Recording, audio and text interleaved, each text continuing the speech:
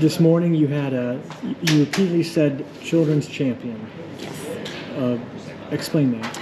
A children's champion is somebody who goes above and beyond for a child. In this line of work, a lot of the things that we do are left unsaid. They're done behind closed doors without people knowing the work and the emotion that goes into providing services to children who have been abused.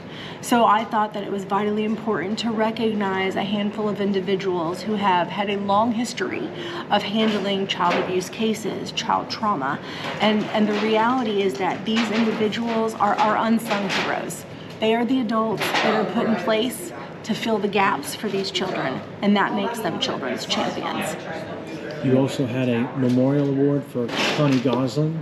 Yes, Connie Gosden was a woman who advocated for her grandmother, for her granddaughter, from the very young age of 3, I believe. Connie took care of all of the things. She was abused, and unfortunately, Connie knew that she had to take the reins. She prepared cases, she fought at every arena to ensure that her granddaughter was safe, and eventually gained custody and adoption of her granddaughter. Connie was a huge proponent for the work that we do at our advocacy center. She received all of the services that our center provides, and unfortunately she passed away unexpectedly last October. And in honor of her memory, we wanted to make sure that she lived on, that she advocated even past the grave, and that it was important that her family know that her impact was counties wide. So we have a Connie Gosden Award that we gave to Captain Jonathan Strasser of the Pickaway County Sheriff's Office and Kimberly Stevens from Pickaway Job and Family Services. Kim was actually one of the individuals that assisted with Connie's case throughout the history of that particular situation. And Kim and John are both on our board for the Advocacy Center. So I wanted to take the time to recognize all of their accomplishments in a time where we very rarely recognize the things that should be. I feel like it is necessary for people to understand that they are valued and appreciated, and ultimately by doing that you get a better product out of individuals.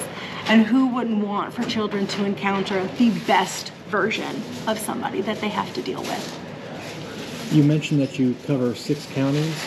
Yes, we do. So we actually cover from Scioto to Pike, Ross, Pickaway, and Fayette. We occasionally service Athens, Jackson, Meigs, and Gallia as well. So the way the CAC model is set up is convenient for families. So if a family is placed in, say, Highland County, and we are closer than the Mayerson Center in the next county over, then we would coordinate so that the family gets the most convenient site, so that they don't have to take the time to drive multiple hours and then be at the agency for multiple hours and then drive multiple hours back. The whole process in and of itself takes roughly about 2 hours depending upon the child and how long their interview lasts. So you can imagine, you're going to end up spending a whole day on the road and in a doctor's office and dealing with all this stuff on top of the fact that you've been traumatized. So the Child Advocacy Center model is purposefully made so that no child is turned away regardless of where they live. Your local office in Ross County. Yes. In Bridge Street area? It is off of Marietta Road. We are literally right behind Haynes Chiropractic and across the street from Herrnstein and Lowe's. That's only one of several offices that you This have. is the only office that we have. Our office is one of the few child advocacy centers that actually services more than one county. So there are roughly 44 child advocacy centers in the state of Ohio, 3 of which are satellites. And they certainly, most of them serve one county or 2. They handle their surrounding areas. So our agency is actually one that is larger in portion, even though when you see our building, it looks small from the outside. But the services we provide are robust and mighty. And the services you provide are at no cost to the family. That is correct, sir. So individuals get referred to our office through law enforcement, children's services, pediatricians, or the emergency room. So we don't take anything, just people calling in. We would advise them that, hey, this is how this process works. These are the individuals that you will encounter. But everything that we do at our agency is free of charge for those children having abuse assessments conducted. And how are you funded? So all of our funding is through donations and grants. A large portion of our funding comes from the Victims of Crime Act, which is a federal grant. Then the Ohio Network of Child Advocacy Centers also provides us with a portion of money through a bill here in the state of Ohio.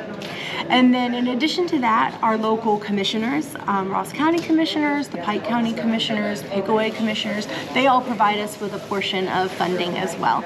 And then when we have specific items that we need, there are local grantors that we can reach out to. So the Chillicothe Rotary has assisted in the past.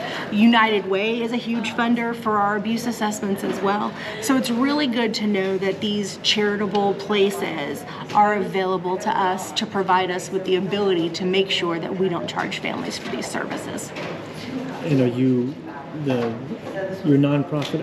You're contracted with local We are agencies? a nonprofit 501c3, and we have linkage agreements or memorandums of understanding for the multidisciplinary team purpose. So here in Ross County, we have what's referred to as an MOU that involves Adena Health System, our local law enforcement, which are Chillicothe PD, as well as the Sheriff's Office. We also partner with mental health counseling, so if we have to refer individuals outside of our agency, whole life counseling helps us out there, as well as integrated services and Soda Paint Valley. Children's services is part of our MDT MOU as well. So it's really good to know that all of the aspects of a criminal case, of a placement case, everybody is linked in together, and we communicate very well to ensure that the gaps are bridged so that these children don't fall through the cracks. So a complicated internet work to hopefully get these kids taken care of and healed. Yes, absolutely. All right, how can people learn more? We do have a Facebook page. You can go to the Garden Family Advocacy Center on Facebook. We are in the process of revamping our website, which is thechildprotectioncenter.org. And in addition to that, you are welcome to stop by our office. We have pamphlets and educational material in our lobby. If you were to do that, we ask that we can send those things to you. So if you call and talk to a victim advocate, you have concerns that maybe your child's not appropriately handling internet safety, we have materials for that and are welcome to send those to you as well. You can call our agency at 740-779-7431 and ask to speak to a victim advocate who can assist you with your situation personally. And if you think something is happening to a child, I would honestly tell you that 95% of the cases that come through our office are factual, which means that only 5% are false. It is vital that we believe children when they are brave enough to come forward. The average age of disclosure is 52. So you can imagine how hard it is for someone to come forward and say that something is happening to them or that they don't feel safe. And it's vitally important that we teach children that we don't always have to hug our aunties or our uncles, that it's our body and we deserve to be respected because we're special and unique. And those things are vitally important for children to know and understand. And the more people can express that to these children, that there are safe adults out there, that there are people who are going to believe them when they talk, they're going to come forward. And it's going to make that process that much easier. age 52. Age 52, yes, sir. So if someone does think something's happening to a child, I would highly suggest, one, if they're in the home and the abuser's in the home, reaching out to Children's Services. In Ross County, Children's Services is bundled under Job and Family Services. A lot of times they'll start Child Protective Services and they won't get that correct number. So if someone calls our agency and asks, we provide them with the information they need to get in contact with them. so you can also be a clearinghouse. Yes. Yes, if it is a criminal act, certainly file a police report and they will refer children to us. If you go to the emergency room, let's say something's happened with children, generally if the abuse is within the last 72 hours and above the age of 18 is within 90 hours, they would go to the emergency room or after hours on a Saturday or Sunday. You can also go to your pediatrician and say, hey, listen, I think something is happening. Can you assess them? And pediatricians can refer to our office as well. So, a medical professional or a law enforcement officer? Oh, children's services, yes. Okay. Any other thoughts? No, I thank you for your time. I appreciate you covering this for us today. Please, everybody, keep in mind that April is Child Abuse Prevention and Awareness Month. We will be posting on our Facebook every day this month a different tip or information in reference to child abuse recognition. And the pinwheels will also remind us that. That's right, 12-foot pinwheels to be exact.